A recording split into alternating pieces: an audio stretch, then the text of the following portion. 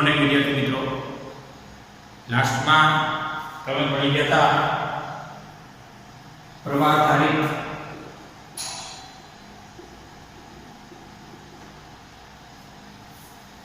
વર્તુળાકાર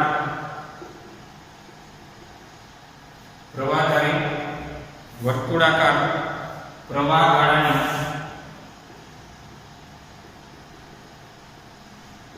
અક્ષ પર ચુંબકીય ક્ષેત્ર.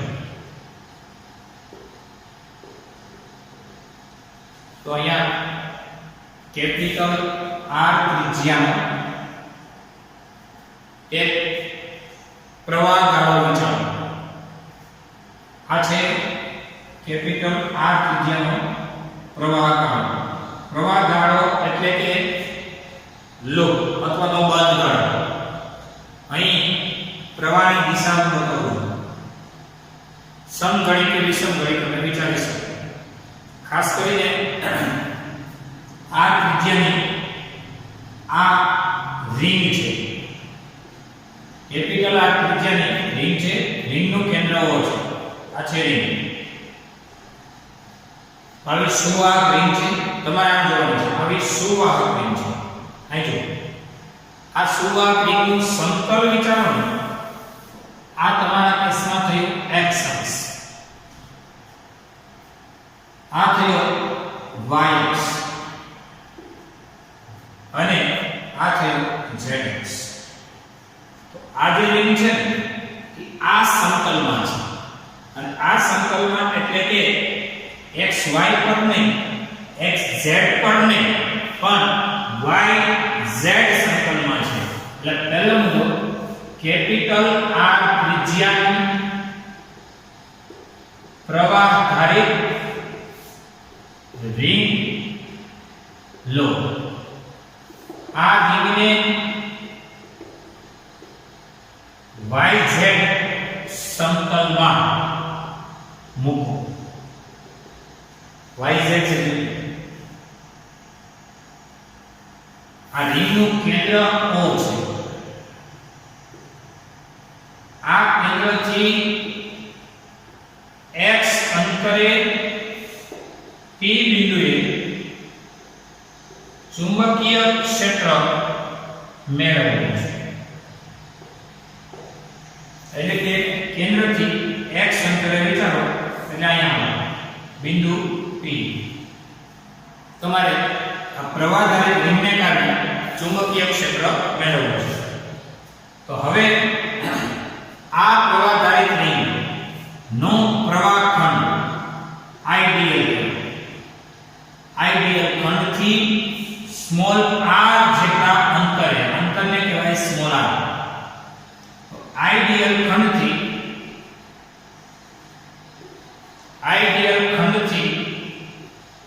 આ ખંડને કહેવાય પ્રવાહ ખંડ થી સ્મોલ r અંતરે p બિંદુએ ચુંબકીય ક્ષેત્ર dB વેક્ટર બરાબર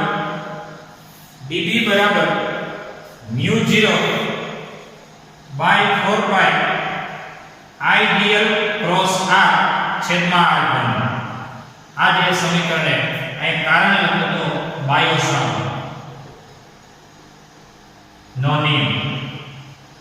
બાયોસાવર્ટનો નિયમ તમે લાસ્ટમાં ભણી ગયા છો કે પ્રવાહધારી તાર હોય ત્યાંથી સ્મોલ r તમે આવું ભણ્યા હતા કે ભાઈ આવું કઈ પ્રવાહધારી તાર છે.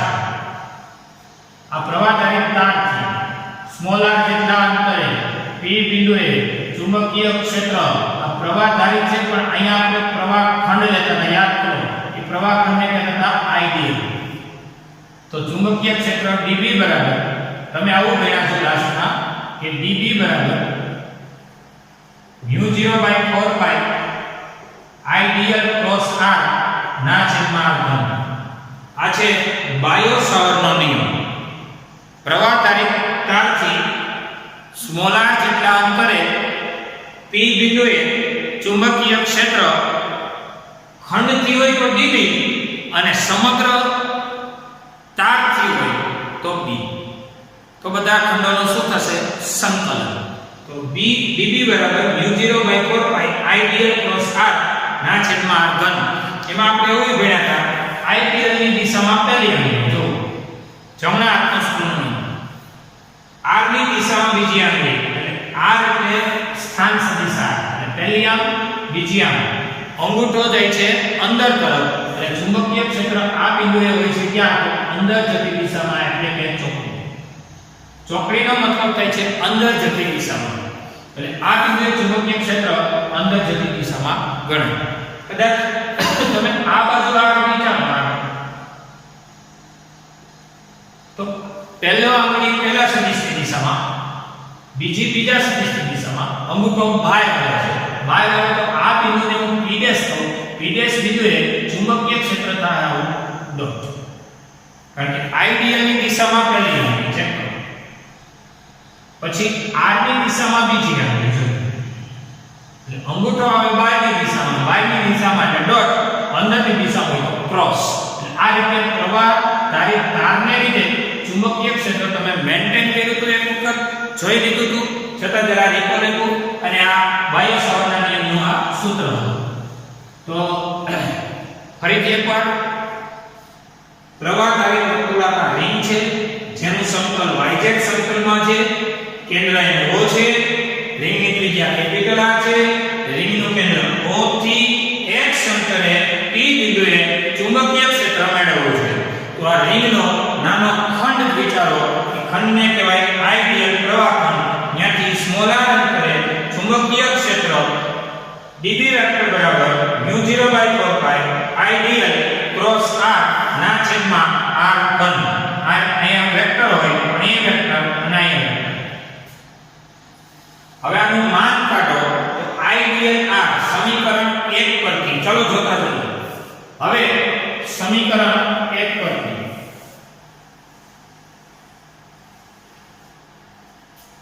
ચલો જો હવે સમીકરણ 1 પરથી db વેક્ટરનું માન એટલે mu0/4 pi પેલા આકૃતિનો ટોટલ પરિચય આપી દેવાનો. આ માર્ક સ્કોરિંગ કહેવાય. આકૃતિ દોરતા આવડે તો આકૃતિમાં કયો બેઝ છે એ જરા જોઈ લેવાનો પછી સૂત્ર તમને ખ્યાલ છે. તેથી આગળ વધુ જોજો mu0/4 pi IDL r sin 90 degree અને બાય r ઘન. 90 એટલા માટે આઈડિયલ અને r વચ્ચેનો થીટા 90 છે ચેક કરો. આઈડિયલ આમ છે અને r એને લંબ છે. આઈડિયલ કઈ રીતે હોય તો કે પ્રવાહ તારિત રિંગ માટે આ માર્કરની દિશામાં આઈડિયલ હોય આઈડિયલ અને એને લંબ આપણું ચુંબકીય ક્ષેત્રને પણ r વેક્ટર હોય. ચલો અહીં આઈડિયલ આમ r આમ હોય. આ બિંદુએ આઈડિયલ આમ છતાં r આમ હોય. r એટલે શું તો કે અહીંથી અહીંયા સુધીનું અંતર. આઈડિયલ આમ હોય તો r આમ હોય. આઈડિયલ આમ હોય તો r આમ હોય. ટૂંકમાં આઈડિયલ અને r એકબીજાને લંબ હોય. લંબ હોય એટલે થીટા થઈ ગયો 90 ડિગ્રી sin 90 1. તો હવે mu0/4 pi IDL r sin 90 1 r ઘન અને db નું માન એટલે db એક r કેન્સલ એટલે r સ્ક્વેર હોય. તો હવે આ db બરાબર mu0/4 pi IDL by r લીધો આને આપણે સમીકરણ 1 પણ ખાસ કરીને મિત્રો અહીંયા આપણી પાસેનો ભૌમિતિક રીતે અહીંયા ખૂણો થીટા છે. આ થીટા છે આ 90 છે. આ 90 છે તો આ થશે 90 માઈનસ થીટા. આ 90 માઈનસ થીટા થશે તો આ થશે થીટા. બીજું અહીંયા આ થીટા હોય આ થશે 90 માઈનસ થીટા અને આ 90 માઈનસ થીટા હોય આ થશે થીટા. તો હવે આ પ્રવાહખંડ આઈડિયલ અહીં વિચારો આઈડિયલ અહીં વિચારો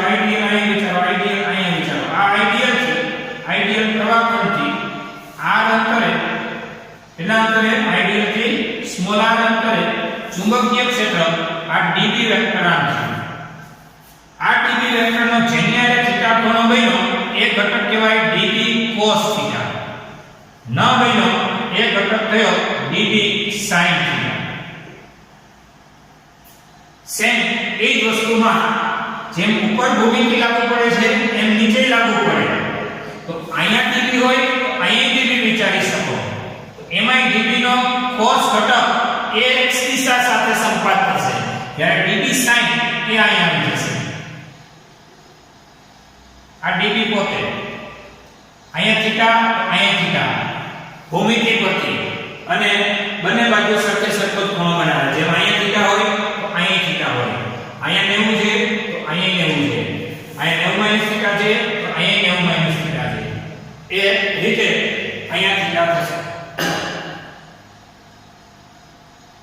અને હવે આ db નો આ cos ઘટક અને આ db sin સમાન મૂલ્ય અને વિરુદ્ધ દિશામાં હોવાથી db sin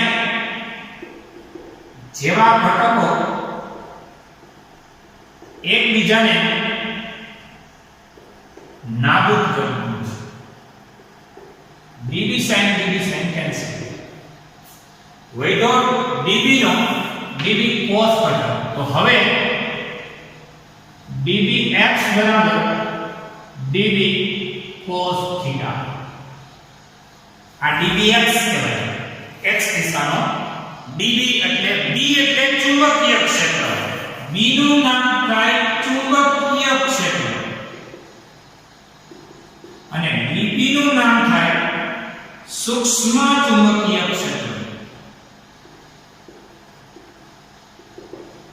કારણ કે સૂક્ષ્મ ખંડને કારણે હોય સૂક્ષ્મ ચુંબકીય ક્ષેત્ર અને સમગ્ર ભાગને કારણે હોય ચુંબકીય ક્ષેત્ર હોય. તો હવે dbx એટલે db cos થીટા. તેથી dbx બરાબર db એટલે કોણ? તો કે આ μ0/4π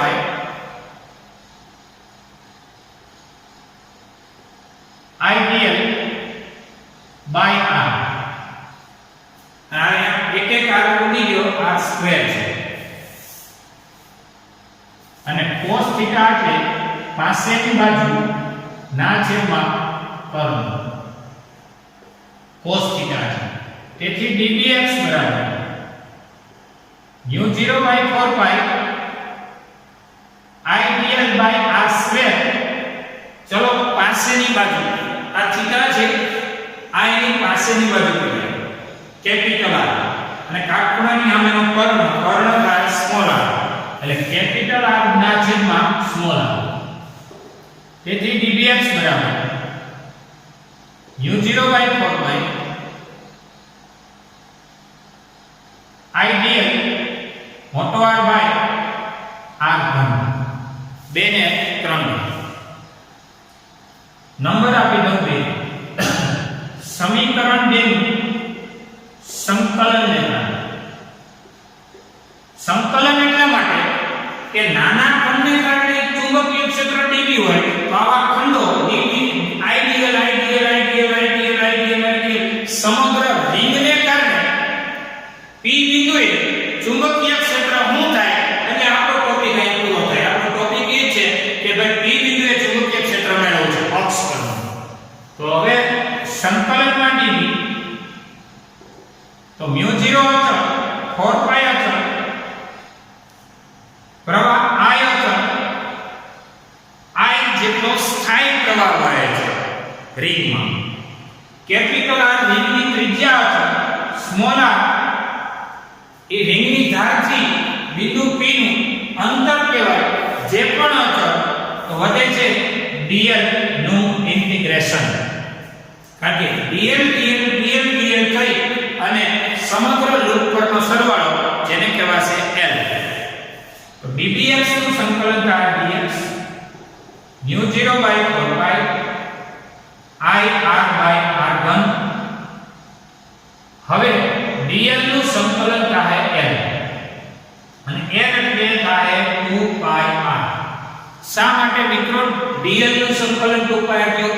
તો કે સમગ્ર પરિઘ આ રિંગ નો પરિઘ એટલે બધા dl CL DL BL ખંડોનો સરવાળો. તો હવે એક એક પાઈ કેન્સલ, એક એક બે કેન્સલ, બે દુ 4 થશે. તેથી bx બરાબર μ0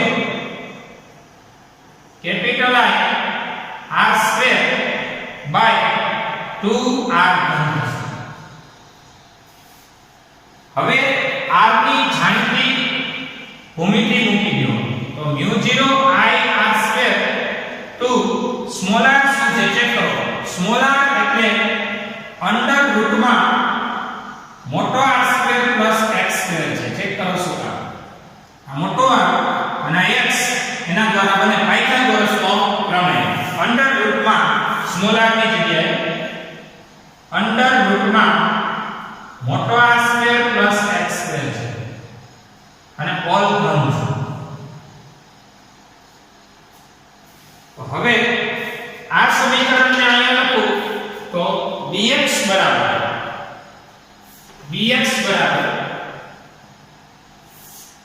શું થશે જો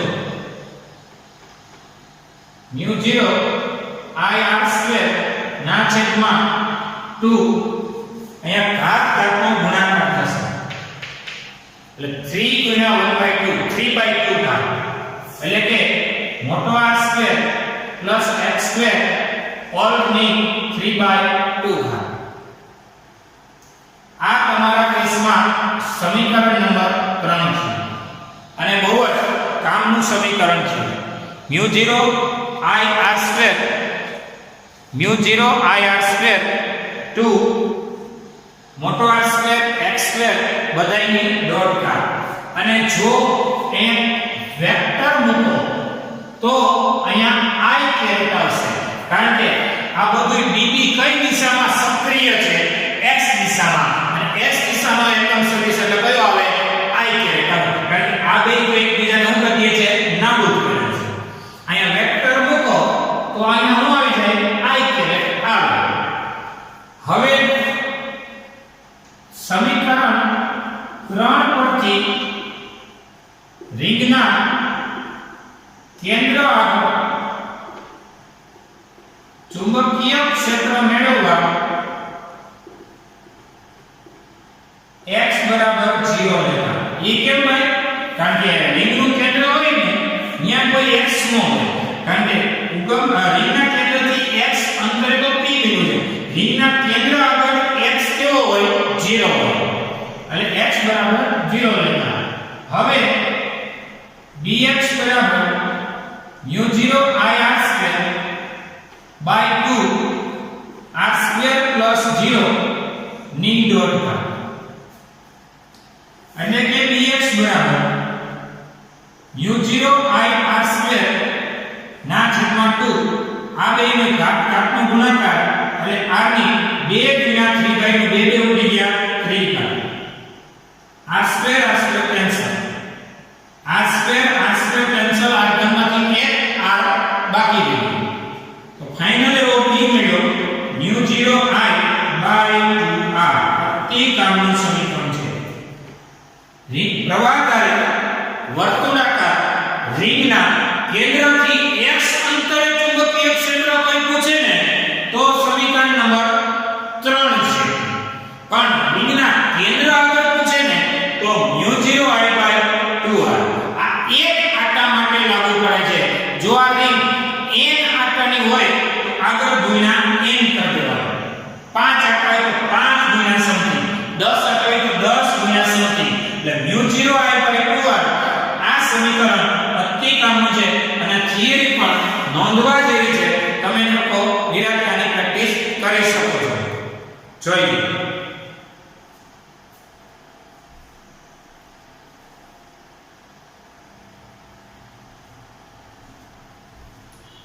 ચલો ઉદાહરણ નંબર 4.6.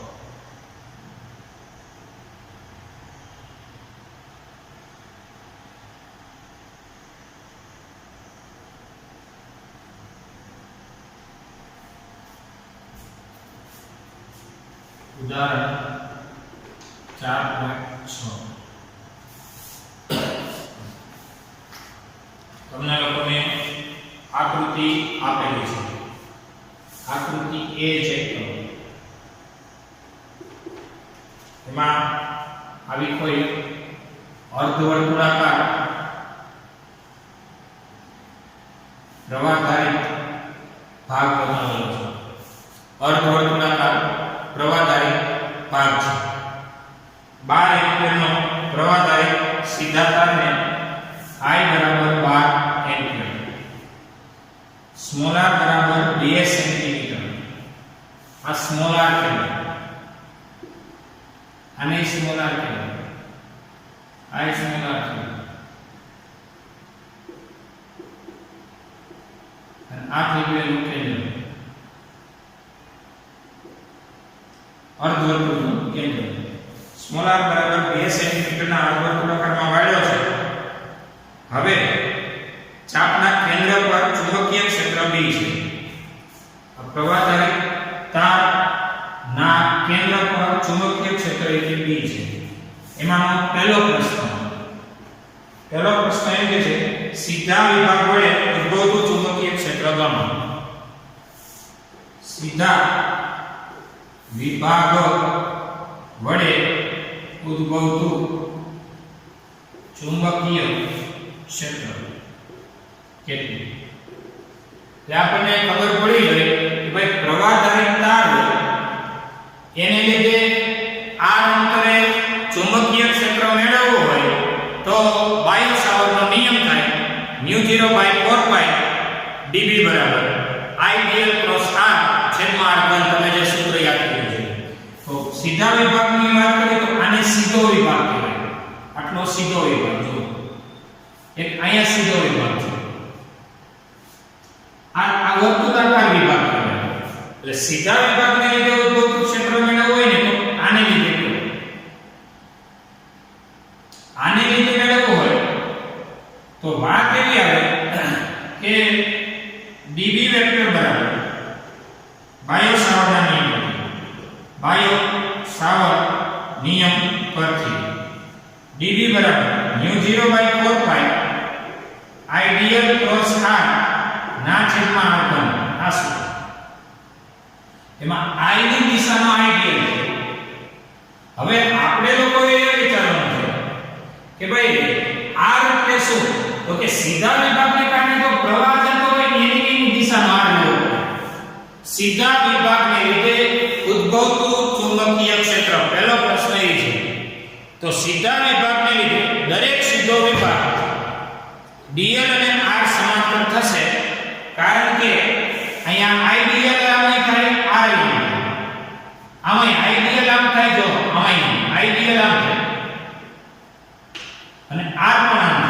તો અહીંયા IDL સમાંતર r હોવાથી સમીકરણ 1 પરથી dB બરાબર μ0/4π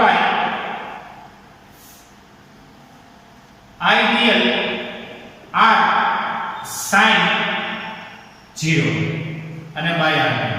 પણ sin 0 કારણ કે IDL અને આ સીધો વિભાગ લાગશે, IDL ના આ સીધો વિભાગ લાગશે, IDL ના એક જ દિશામાં sin 0 અને 0 ગુણ્યા સમથિંગ એટલે 0 અને dB નું સંકલન કરો તો B થાય. પણ એ સીધા વિભાગને કારણે ચુંબકીય ક્ષેત્રનું મૂલ્ય થશે 0. આ A હવે B માં એવું કે છે અર્ધવર્તુળાકાર ચાપને કારણે મળતા ચુંબકીય ક્ષેત્ર કરતા વર્તુળાકાર ગાળા વડે મળતું ચુંબકીય ક્ષેત્ર કઈ રીતે જુદું પડે છે અને કઈ રીતે તેને મળતું આવે છે એ કેવું? પહેલા તો અર્ધવર્તુળાકાર ગાળા અને વર્તુળાકાર ગાળા. અર્ધવર્તુળાકાર ગાળાને લીધે કેન્દ્ર આગળ ચુંબકીય ક્ષેત્ર dB બરાબર μ0/4π આઈડીએલ ક્રોસ r છેદમાં r ઘન અને કારણ લખાય બાયો સાવર્ત. તો હવે ચેક કરીએ. તો આઈડીએલ ક્યાં છે ને તમારો r ક્યાં છે. હવે કેન્દ્ર આગળ ચુંબકીય ક્ષેત્ર તમારે મેળવવાનું છે. અર્ધવર્તુળાકાર ગાળાને લીધે કેન્દ્ર આગળ મળતું ચુંબકીય ક્ષેત્ર કરતા વર્તુળાકાર ગાળાને લીધે ચુંબકીય ક્ષેત્ર કઈ રીતે જુદું પડે છે, કઈ રીતે લખવું છે. પહેલા આપણે મૂલ્ય સેટ કરીએ, પછી દિશા સેટ કરીએ એટલે ખ્યાલ આવી જશે. તો આ સીધો ખંડ કહેવાય. આ પણ સીધો ખંડ કહેવાય. અને આ અર્ધવર્તુળાકાર. અર્ધવર્તુળાકાર ગાળાને લીધે કેન્દ્ર આગળ ચુંબકીય ક્ષેત્ર એટલે કે અર્ધવર્તુળાકાર ગાળાથી સ્મોલ r અંતરે ચુંબકીય ક્ષેત્ર. તો અર્ધવર્તુળાકાર ગાળાના ખંડને લીધે કેન્દ્ર આગળ ગાળાના ખંડને લીધે કેન્દ્ર આગળ અથવા તો ખંડને લીધે સ્મોલ r અંતરે ચુંબકીય ક્ષેત્ર. દાખલા તરીકે આ ગાળાનો ખંડ થયો, આ ખંડને કહેવાય ડીએલ ખંડ અને પ્રવાહ જાય છે તો I એટલે આઈડીએલ ખંડથી આ અંતરે વાત થઈ. આઈડીએલ થી આ દાખલા તરીકે અહીંયા આઈડીએલ લ્યો તો અહીંયા આઈડીએલ લ્યો તો અહીંયા જે આઈડીએલ લ્યો એ પ્રમાણે આ સેટ કરી શકો. અને તમે મિત્રો જાણો છો કે આઈડીએલ ની દિશા સ્પર્શકની દિશામાં હોય અને સ્પર્શક અને ત્રિજ્યા હંમેશા કેવો હોય, લંબ હોય. થીટા થશે 90 ડિગ્રી. તો db નું માન μ0/4π આઈડીએલ r sin 90 ડિગ્રી અને બાય r. કારણ કે આઈડીએલ આમ હોય, r આમ હોય. આઈડીએલ આમ હોય, r આમ હોય. દરેક વખતે આઈડીએલ અને r પરસ્પર કેવા હોવાના, અર્ધવર્તુળાકાર ગાળા માટે 90 ના ખૂણે હોવાના. આઈડીએલ અને r વચ્ચેનો ખૂણો. એક r કેન્સલ કરે. db નું માન છે db μ0/4π IDL r sin 90 by r ઘન. એક r કેન્સલ, અહીંયા r સ્ક્વેર. એટલે કે db બરાબર μ0/4π આઈડીએલ બાય r સ્ક્વેર. હવે સંકલન કરતા સંકલનમાં db μ0 અચળ, 4π અચળ, I અચળ, r સ્ક્વેર અચળ અને સંકલનમાં db. સંકલન આવડવું જોઈએ. આનું સંકલન અને આનું સંકલન. તો હવે db નું સંકલન કરશો એટલે થશે d μ0/4π I/r સ્ક્વેર. હવે dl નું સંકલન કરો અર્ધવર્તુળાકાર ગાળા માટે. જો વર્તુળાકાર ગાળો હોય ને dl થઈને 2πr બને અને અર્ધવર્તુળાકાર ગાળો છે તો એ થાય પાઈ. એટલે dl નું સંકલન થાય પાઈ r ત્રિજ્યાનું. વર્તુળાકાર હોય તો 2πr, અર્ધવર્તુળાકાર છે તો પાઈ. એક r અને પાઈ કેન્સલ.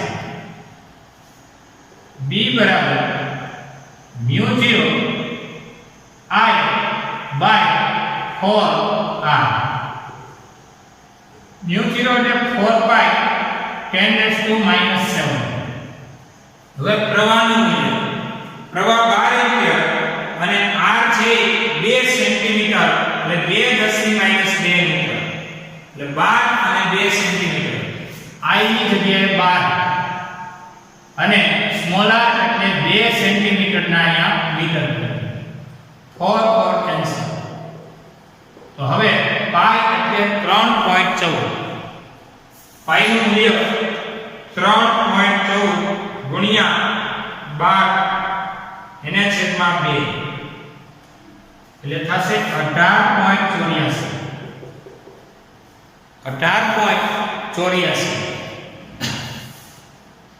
-2 + 2 -7 + 2 ને -5 તેથી b બરાબર x સ્ટેપ આવો 1.9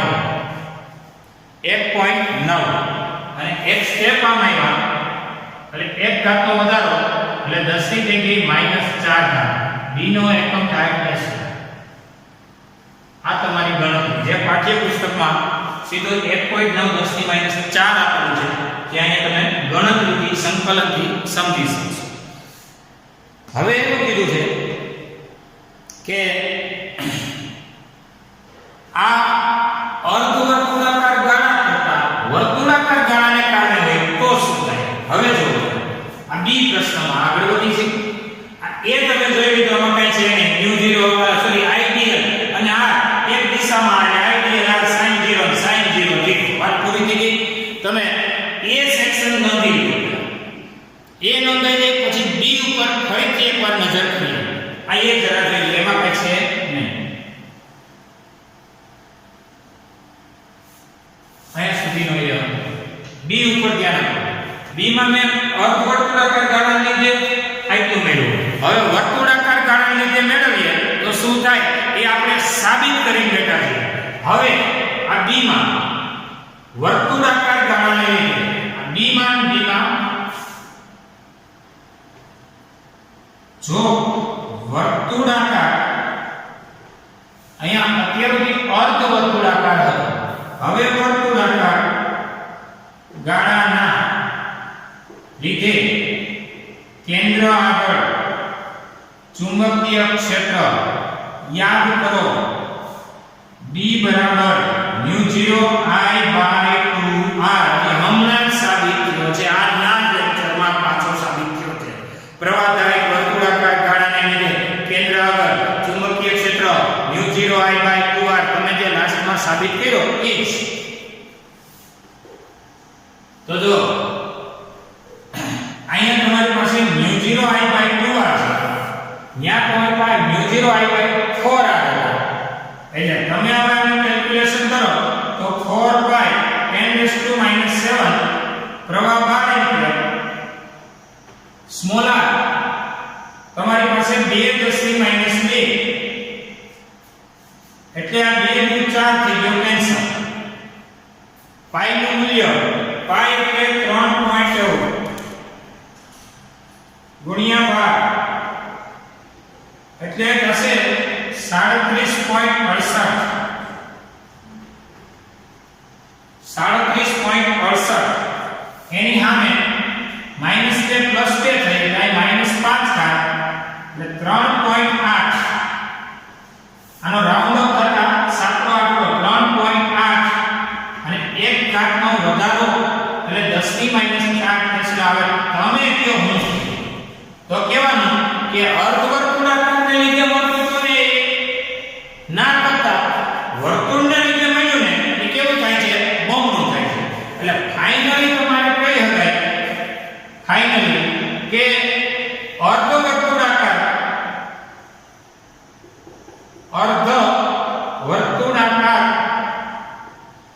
ગાળાને લીધે કેન્દ્ર આગળ મળતા ચુંબકીય ક્ષેત્ર કરતા વર્તુળાકાર ગાળાને લીધે મળતું ક્ષેત્ર બોલો કેવું થાય છે 19 છે આ અને 1.9 છે આ 3.8 છે કેવું થાય છે બમણું થાય છે મળતું ક્ષેત્ર બમણું મળે છે વાત કરીએ અત્યારે કદાચ તમે દિશા સેટ કરવી દિશા તો આઈડિયલી દિશામાં પહેલી આંગળી જો r ની દિશા બીજી આંગળી અંગૂઠો આવે અંદર તો એ અંદરની દિશામાં આ ચુંબકીય ક્ષેત્ર થાય ચોકડી કેન્દ્ર આઈડિયલ r કોઈ ચોકડી ગમે ને તમને કોઈ વર્તુળાકાર ગાળામાં સમજાવો તો કે વર્તુળાકાર પ્રવાહ ગાળો લ્યો આમ જેવું કેન્દ્ર આગળ લેવું હોય તો કહી દેવાનું આંગળીઓને જમણા હાથની આંગળીઓને વીંટાળી દેવાની જમણા હાથની આંગળીઓને વીંટાળી દેવાની સ્ક્રૂ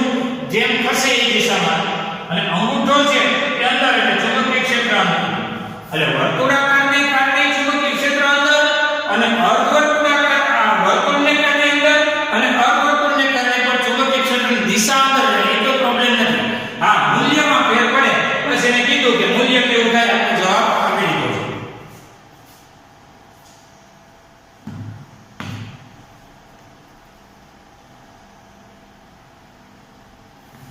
સી પ્રશ્ન. હવે આકૃતિ બી માં દર્શાવ્યા મુજબ આ તારની એટલી ત્રિજ્યાના વિરુદ્ધ દિશામાં અર્ધવર્તુળાકાર ચાપમાં વાળવામાં આવે તો તમારો જવાબ શું થાય? હવે જો એ બી અને આટલામાં આપણે ગણી લઈશું સી. એમાં આપણો એ આમ અને બી આકૃતિ આમ છે.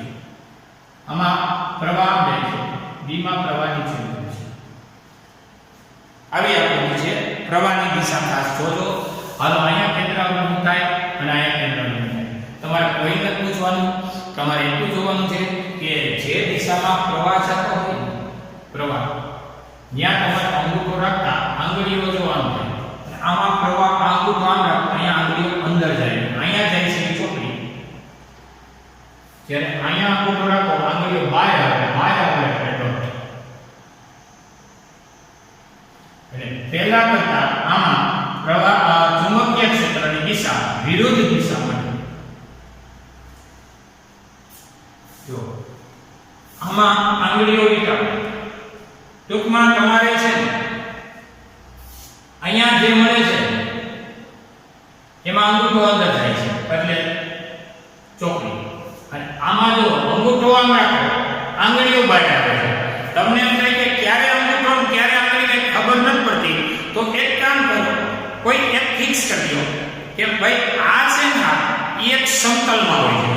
આ એક સમતલ છે ભાઈ, અને એને લંબ એટલે દાખલા તરીકે x y z ની વાત કરીએ ને x y z, આ x y અને z, તો આ બધી આંગળીઓ છે ને આંગળીઓ એક સમતલ રાખે અને અંગૂઠો છે ને એ સમતલને કેવો હોય લંબ. આંગળીઓ એક સમતલમાં આટા મારે, અંગૂઠો એટલે લંબ. ટૂંકમાં મારે કહેવાની વાત એ કે અહીંયા જે છે એમાં તમારે અંગૂઠો પ્રવાહ દિશા રાખો. પહેલી આકૃતિમાં તો આંગળીઓ અંદર જાય એટલે ચોકડી. બીજી આકૃતિમાં અંગૂઠો આવી ગયો પ્રવાહ દિશામાં તો આંગળીઓ તો બહાર આવે. આમ થાય જમણા હાથમાં તો બહાર આવે, એ જમણા હાથમાં આમ થાય એટલે અંદર જાય. જમણા હાથને એ રીતે ખસેડવાનો રહેશે જે દિશામાં સ્ક્રૂ ખસે એને કહેવાય. આના પરથી ચુંબકીય ક્ષેત્ર કરતા અહીંયા ચુંબકીય ક્ષેત્ર કઈ મળશે? વિરુદ્ધ મળશે. એ તમારે જવાબ આપવાનો હતો. જોઈએ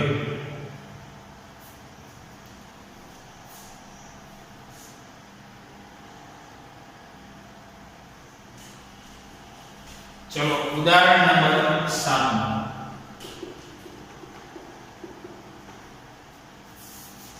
તમને 10 સેન્ટીમીટર ત્રિજ્યાની r બરાબર 10 સેન્ટીમીટર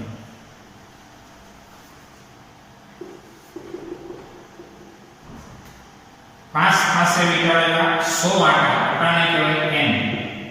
આટાને n એટલે નંબર એટલે સંખ્યા. એક ગુચરો એટલે કોઈને ધ્યાનમાં લ્યો 1 એમ્પિયરનો પ્રવાહ પસાર થાય છે ગુચરામાં. ગુચરાના કેન્દ્ર આગળ ચુંબકીય ક્ષેત્ર મેળવો. કેન્દ્ર આગળ આપણે લખીશું કે ભાઈ પ્રવાહધારી વર્તુળાકાર ગુચરાના કેન્દ્ર આગળ ચુંબકીય ક્ષેત્ર B બરાબર μ0I/2r. અહીંયા n આટા છે, n આટા, અને n આટા કેવા છે તો કે 100 આટા ધરાવતું ખૂબ પાસ પાસે રહેલા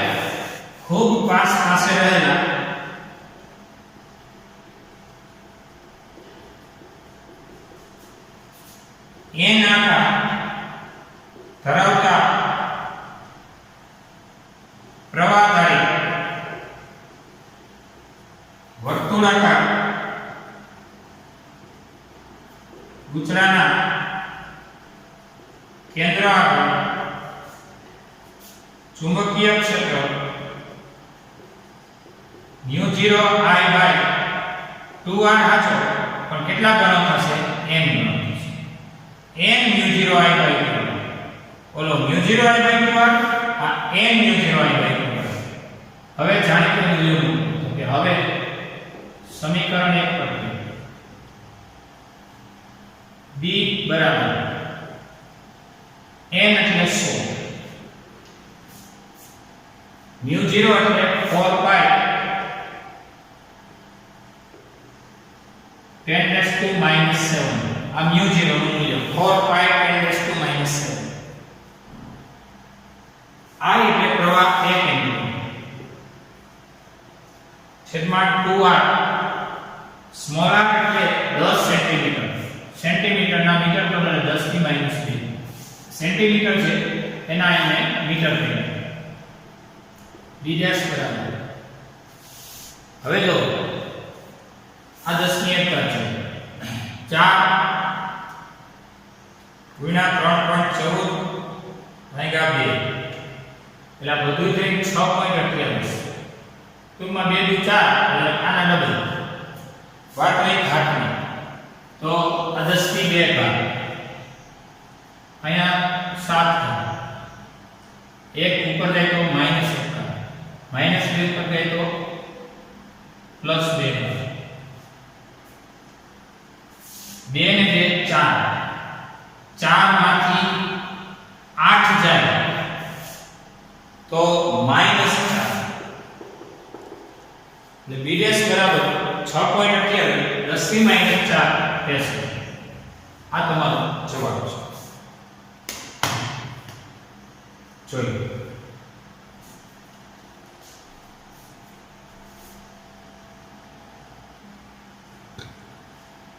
એવી ટેસ્ટ નોંધી લેજો ઉદાહરણ 4.6 4.7 અને પ્રવાહ ધારી વર્તુળાકાર ગાળાને લીધે કેન્દ્ર આગળ ચુંબકીય ક્ષેત્ર B બરાબર μ0 I બાય 2r સાબિત કરો આકૃતિ જરૂરી છે